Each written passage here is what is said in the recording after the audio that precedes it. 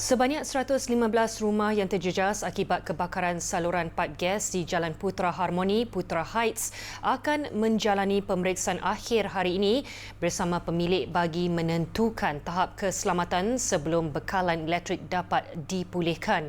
Ketua Polis Daerah Subang Jaya ACP Wan Azlan Wan Mamat berkata, proses tersebut melibatkan pasukan tenaga nasional berhad TNB, bomba dan kontraktor teknikal untuk memastikan pendawaian dalam rumah berada dalam keadaan selamat untuk disambung semula. Kita akan cuba untuk kembalikan bekalan elektrik kepada 115 rumah ini. Dan bagi tujuan ini, saya menasihatkan pemilik-pemilik rumah ini bersabar, mengikut arahan pihak berkuasa. ACP Wan Azlan turut meminta penduduk terjejas hadir ke kemah pendaftaran mengikut masa yang ditetapkan bagi mengelak kesesakan dan memastikan proses berjalan lancar.